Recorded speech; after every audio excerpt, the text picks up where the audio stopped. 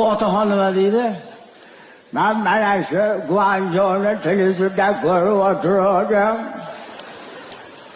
Nevaralarim chiqmagan jondan umid. Noumid shayton. Shuyoqqa bitta boring deganiga keldim. Bitta mani tabiblar tomirimni ushlab ko'rib, otaxon nechiga kirdi deydi. 93ga kirdi. Desam 93ga kirgan bo'lsa, siz endi tuproqqa ko'proq yoting deydi. Men aytdim, tuproqning nima foydasi bor? Desam, yerga o'rganishingiz kerak.